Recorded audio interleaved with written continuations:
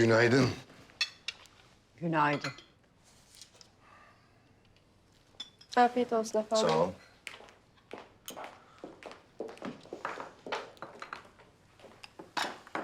Afiyet olsun efendim. Sağ ol.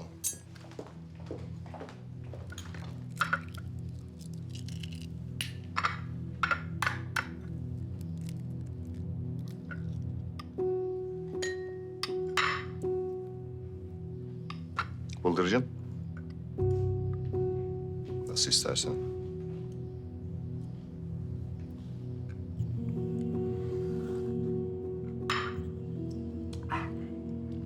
Her sabah nasıl tahammül edebiliyorsun buna? İnan bana, benim için de başlarda çok zordu Zeynep. Nasıl yapacağım, nasıl dayanacağım diye çok düşündüm. Tek bir seferde değil üstelik. İnsan güne nasıl başlarsa öyle devam ediyor sonuçta.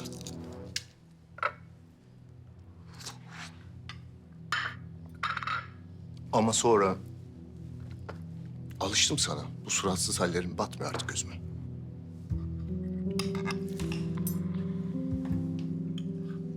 Bu arada Slovenya'dan bir misafirim gelecek haftaya.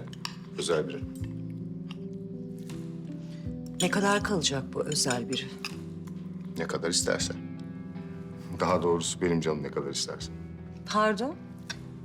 Yalnız burası otel değil Taner'cim. Unuttuysan hatırlatayım. Kerimoğulları'nın evindesin.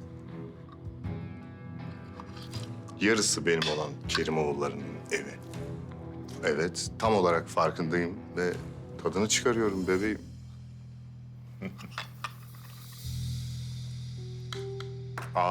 Asma ama yüzünü ki daha yeni astırdın. Banal. Yalnız bu esprilerinden hoşlanmıyorum Taner.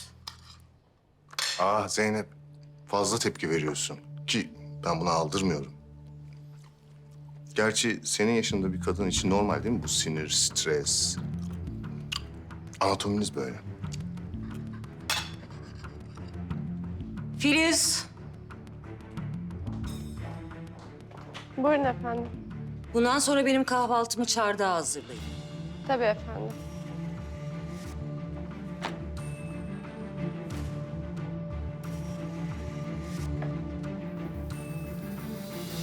Afiyet olsun.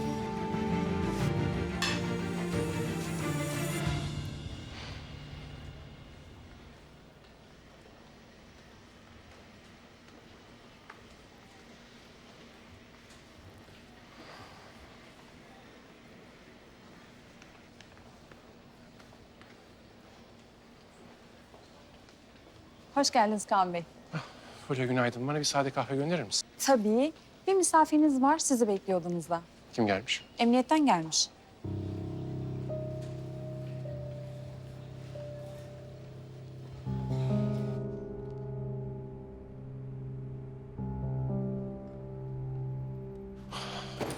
Hoş geldiniz. Komiser Kadir'i arat. Asayiş Şube. Buyurun komiserim, rahatsız olmayın. Evet. Nasıl yardımcı olabilirim size? Rıza Pakdemir. Bu isim size tanıdık geliyor mu? Pardon, kim dediniz? Rıza Pakdemir. Çıkaramadım. Ailesi kayıp ihbarında bulunmuş. Plaka takibi yaptığımızda en son buraya, otoparka girerken görülmüş. Birkaç saat sonra araç otoparktan ayrılmış. Mobese takibinin olmadığı bir yerde de gözden kaybolmuş. Şirketteki en yetkili isim siz olduğunuz için sizin bilginize başvurmak istedik.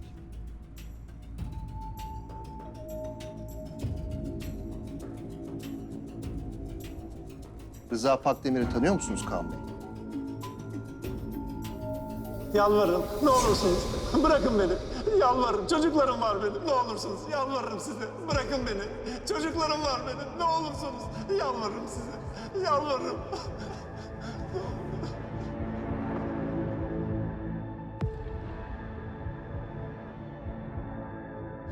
Senin pisliğine bulaşmayacağım.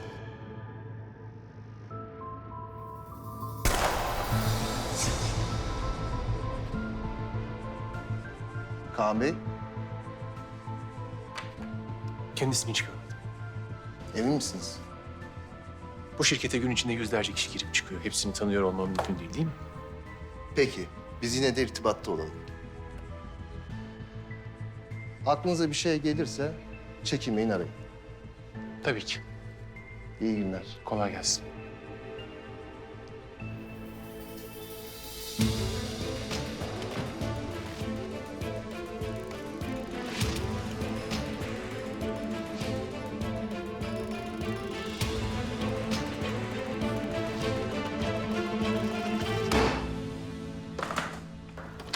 Kaan.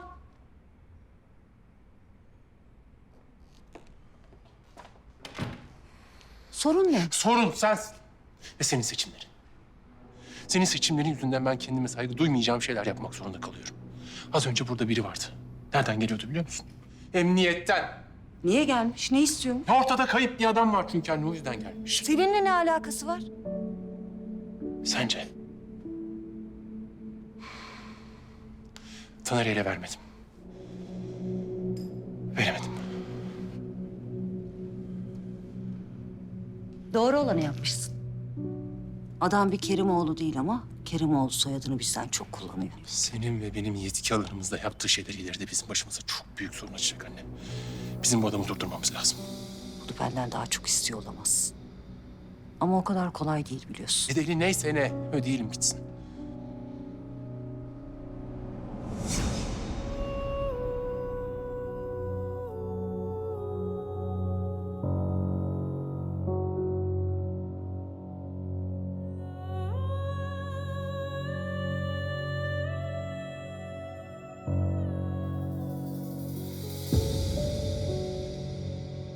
Oo, topla.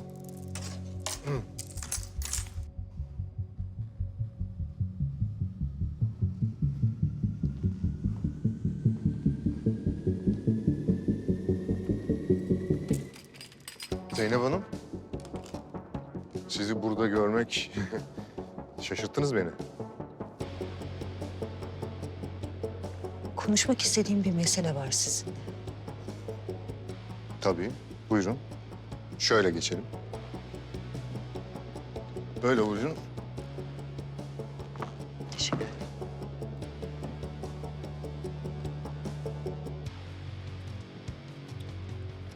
Evet.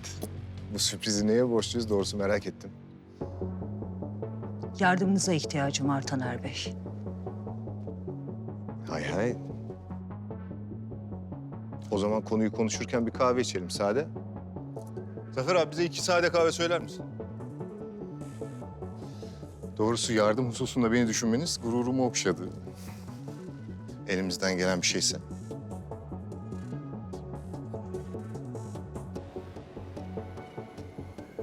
Çok büyük bir belaya bulaştın. Yasal yollardan halledilmesi mümkün değil. Hayatım söz konusu Taner Bey. Ya. Durum ne kadar ciddi? Bir anlatın bakalım. Ne yapabiliriz? Sadece benim değil, oğlumun da hayatı tehlikede. Ve ona bir şey olursa en az benim kadar kahrolacak bir kişi daha tanıyorum. Leyla'dan bahsediyorsunuz. Evet, kız kardeşiniz oğlumla büyük bir aşk yaşıyor. Ve bence onunla hayatını birleştirmek için çok istekli.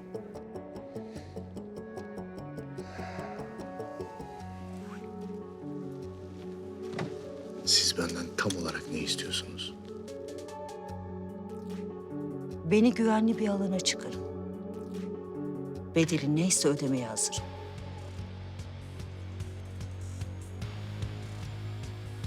Ne olursa mı? Ne olursa.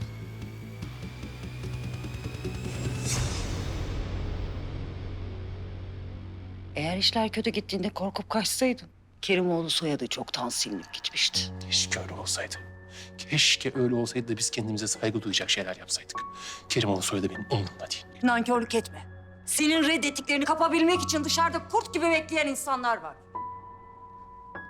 Kerimoğlu olmak için sağ kolunu verecek adamlar gördüm ben bu hayatta. Sen de en tehlikelisini bizim ailemizin ortasına aldın öyle mi? Adamı kös kös göndermişsin. Neler yapmış senin oğlun? Sana güvenebileceğimi biliyordum. Her ne kadar kabul etmesen de İyi bir ekibiz. Ortak. Sen, ben, annen, Leyla. Bizi kimse deviremez.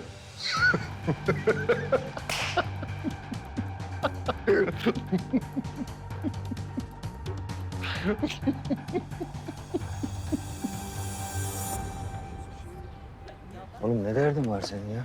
Ne oluyor bakayım? He? Ne derdin var senin?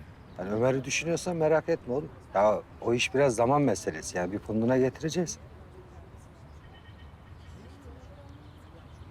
Ne oldu? Niye omuzlarını düşürdün şimdi? Bazen kaç yaşındasın diye soruyorlar. Cevap veremiyorum. Kimlikte yazıyor tabii ama benim kaç yaşında hissettiğimin bir cevabı yok bende. Çocuk olmadan genç olunmuyor ki Feryat. Sen o şansı kendine hiç tanımadın ki oğlum. Gerçekten böyle bir şansın var mıydı? Demek o şansı ben sana verememişim ha? Yok baba, olur mu öyle şey? Yok yok. Öyle öyle. Becerememişim ben. Bunu bana yaz, kendine değil. Baba olamamışım. Ailenin reisi olamamışım ki. Sen böyle bu yükün altına ezilmişsin. Baba gerçekten özür dilerim. Yani ben seni kastetmedim.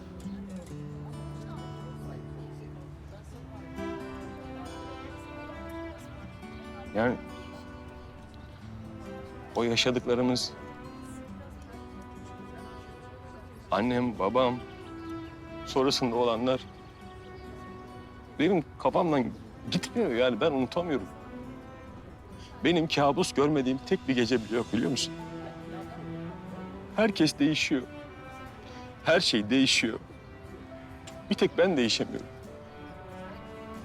Mesela Firuze aşık olmuş. Demek o kadar büyümüş ha.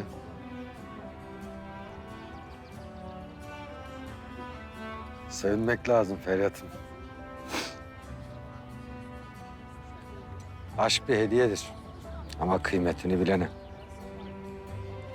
Firuze her şeyin en güzeline layık bir çocuk. Öyle tabii. En çok o mutlu olmayı hak ediyor. O var ya, benim kalbimin parçası. O her şeyin en iyisini hak ediyor.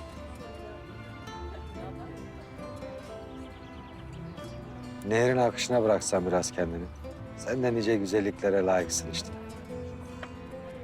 Ah ama kendine bu kadar bir yüklenmesen oğlum.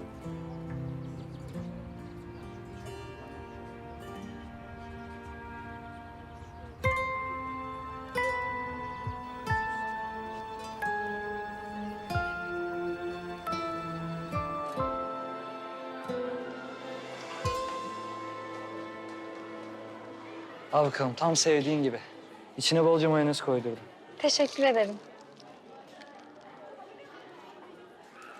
Aa, bak ne dinleteceğim sana. Ömer git, abim geliyor. Gelsin ya, gitmiyorum. Ondan mı korkacağım? Ömer lütfen, kavga istemiyorum. Tamam, sırf senin attığın için gidiyorum ben. Korktuğumdan falan değil ha. Bir kere daha pataklasam elime mi yapışır? Lan fındık. Kaçma kaçma, gel 2 makas alayım o yanağından.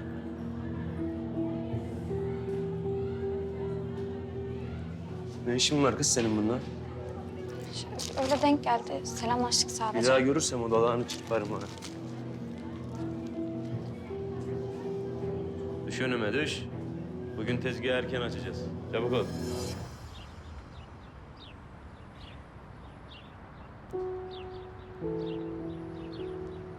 Nilgün, konuşabilir miyiz? Sen geç kalma canım. Tamam tamam, görüşürüz. Görüşürüz. Şöyle geçelim mi? Seni merak ettim. Neden merak ettin ki beni? Beni sevmiyorsun sonuçta. En son öyle söylemiştin. Hayır, ben öyle bir şey söylemedim. Oturalım mı?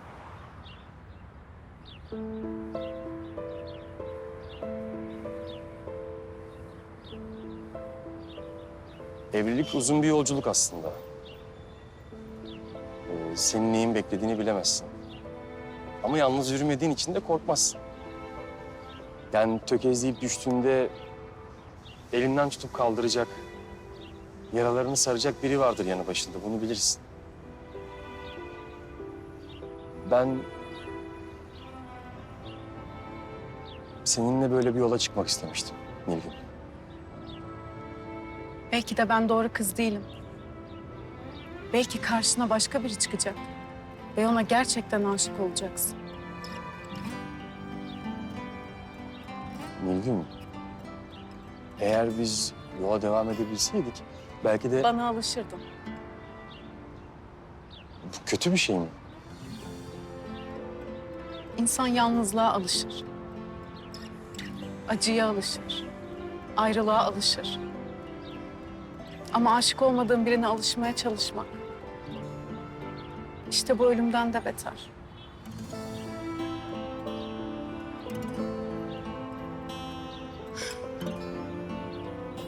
Neyse. Zorlamanın bir anlamı yok.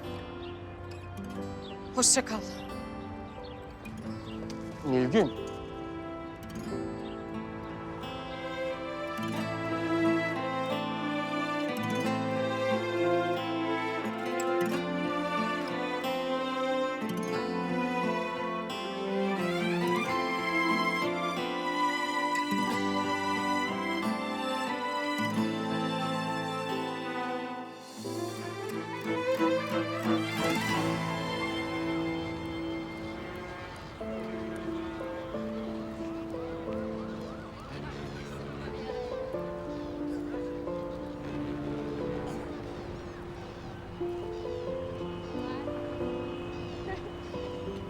Firuze! Firuze buradayım.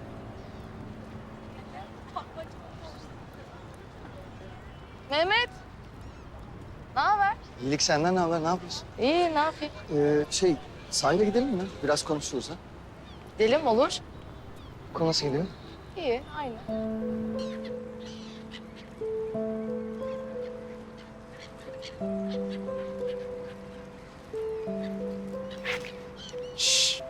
Önüne bak lan önüne. Bir metre öteyi unutuyorsun. Burnunun dibine bakacaksın anladın mı? Tamam abi. Şimdi bir mevzu var ben gidiyorum. Şu limonları da fazla sıkırma gözüne sıkarım bak.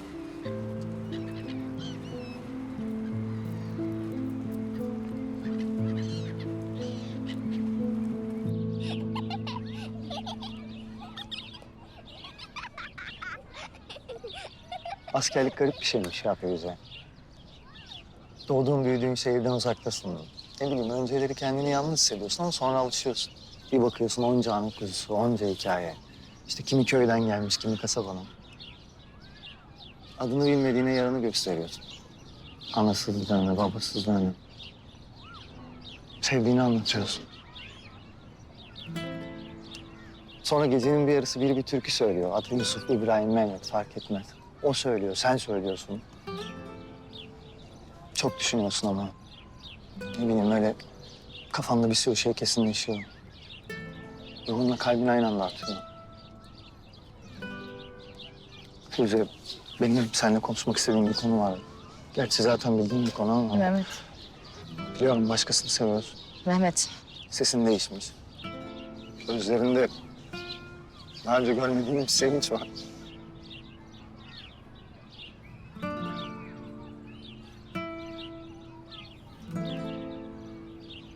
Bak Firuze, ben buradayım demek için geldim. Hayat bu. Yarın öbür gün ne olur bilmiyorum ama ben mutlu ol isterim. Kalbim benimle mutlu ol istiyor işte. Mehmet sen benim canımsın. Biliyorum. Biliyorum Firuze, beraber büyüdük. Ama tutuldum işte sana, ne yapayım? Aşık oldum. İçim yanıyor ya. Bak bana. İçim yanıyor. Günah mı bu? Mehmet. Kim o? Kullanma. Ne fark eder? Anla beni ne olursun. Ben ne bileyim şimdi seninle bunları konuştum ya. Seni kaybedeceğim değil mi? Hayır. Yok öyle bir şey. Biz kopamayız, yan yanayız hep. Hiçbir şey olmaz bize. Geçecek. Neler geçmiyor. Anasız babasız bir... Ya öyle bir şey değil Firuze. Bu öyle bir şey değil ya. Nesini anlamıyorsun bunun? Aşık oldum diyorum sana ya. Sen beni anlamıyorsun.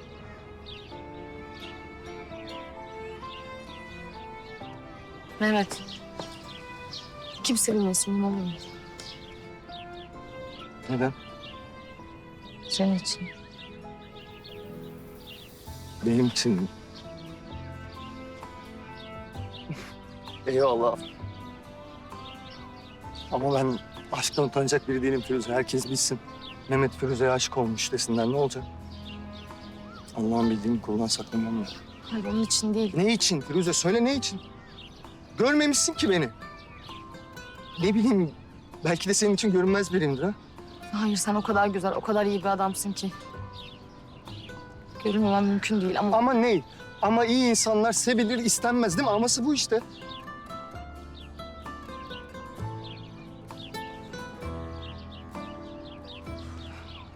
Sen beni sevsen de, sevmesen de, istemesen de... Hep...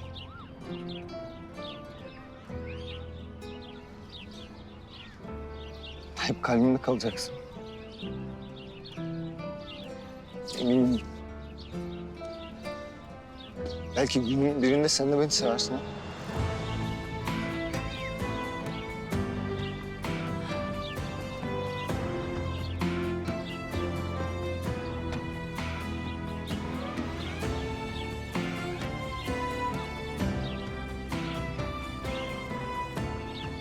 Kalk hadi.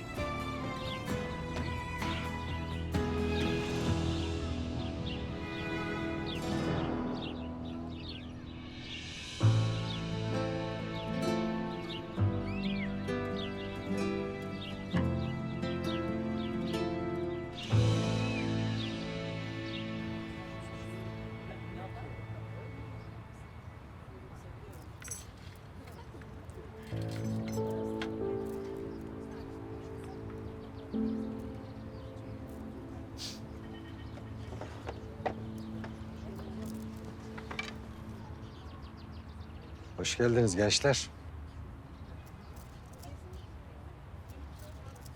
Bir şey içer misiniz? İkramsa yok demeyiz dayı. Beleş olsun da zift olsun. Getir içelim.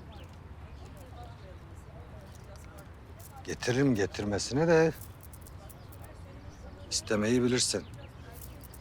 Adam gibi istemeyi bilirsen burada karnın da doyar, çayını da içersin. Karnım doyar. Dayı bizi dilenci sandı. Gerek yok dayı. Paramız var çok şükür ederiz. Estağfurullah, ben yok demedim ki zaten. Halden anlarız yani, o bakımdan dedim. Rahat olun ya. Bizden rahatı gevşektir dayı. Sula biz işte alt tarafı bir çay getireceksin ya. İstediğiniz çay olsun yiyin. Hem hayatın gamını da alır çay. Sen şimdi gamı boş ver de. Buralarda Mehmet diye biri varmış. Burada Mehmet çok. Sana hangisi lazımdı? Böyle bir tarif et bakalım. Ya ne bileyim işte. Böyle benden bir karış kısa. Değişeyim biri. Var bir Mehmet. Böyle bileği, yüreği kuvvetli, hakkaniyetli biridir. Düzgün olana dokunmaz. Ama yamuk olanı düzeltmeyi çok sever. Sen o Mehmet'i sordun herhalde, he? Benim oğlum olur kendisi. Ben en iyisini size şöyle güzel bir sallama çay getireyim. Dayı postacı çıktı. Giderek atar yaptı gitti. Kalkın lan gidiyoruz ben alacağım aldım buradan.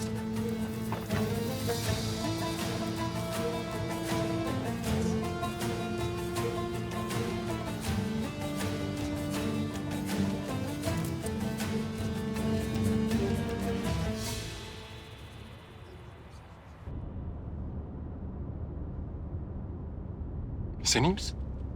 Bugün çok sevdiğim birini... Bilmiyorum, belki de kaybettim. Çok kırıldım. Sen sevdiğin birini kırmazsın. Mecbur kaldım.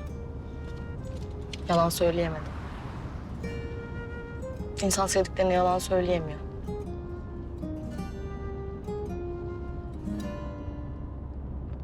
Alper, yanlış mı düşünüyorum? Hayatta bazı anlar var ya, insan kendi gerçeğini unutabiliyor. Hani yaşadığın şey kendi gerçeğin mi yoksa...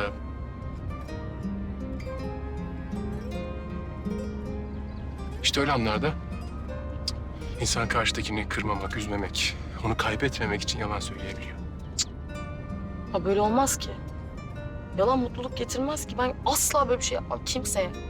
Yapmadım zaten. Ben kimseyi kandıramam.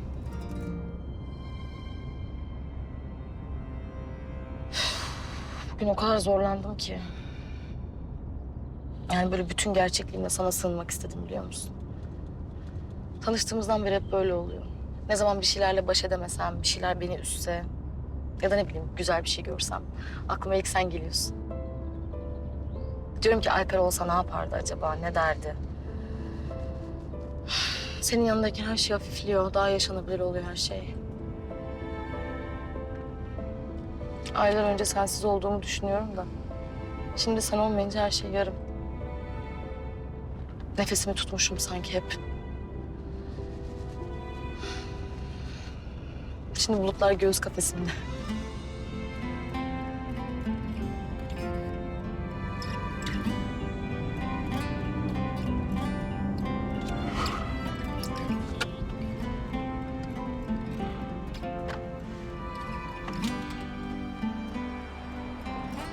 Nefes almak ister misin?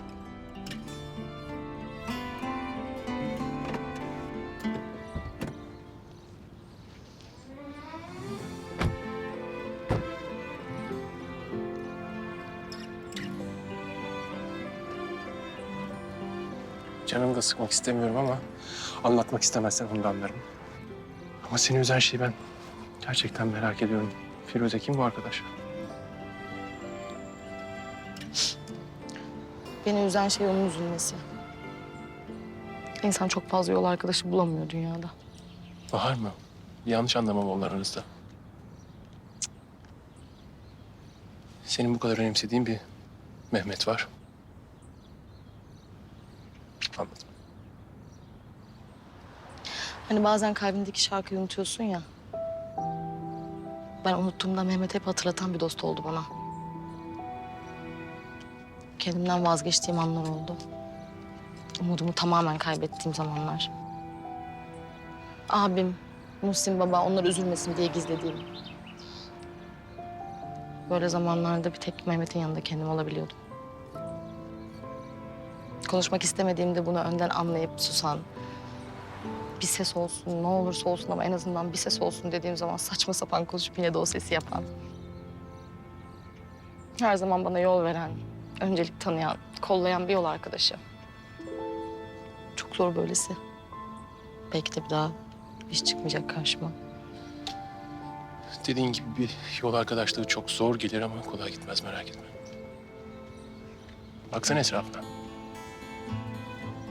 Burada gördüğün her şeyin toprakta bir kökü var. Mesela biz bunları kessek, budasak 10 yıl sonra bilmiyorum belki 50 yıl sonra tekrar yeşerir. Bahsettiğim dostluk, o yol arkadaşlığı da öyle bir şey bence. Umarım öyledir. Bir yerde okumuştum. İnsanın kolları dallarıdır diyordu.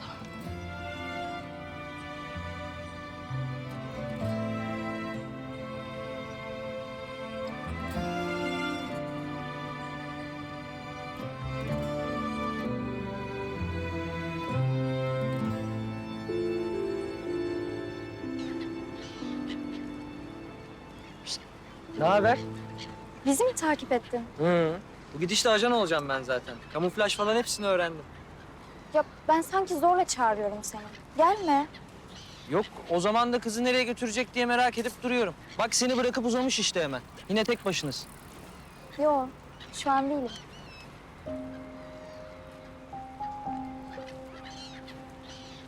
Kolay gelsin.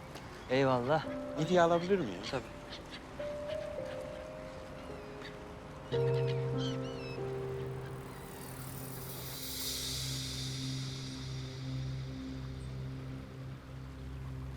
Ay benim biricik arkadaşım Firuz'dan ilk defa aşık olmuş. Firuz. Firuz. Firuze Yavuz. Buldum seni.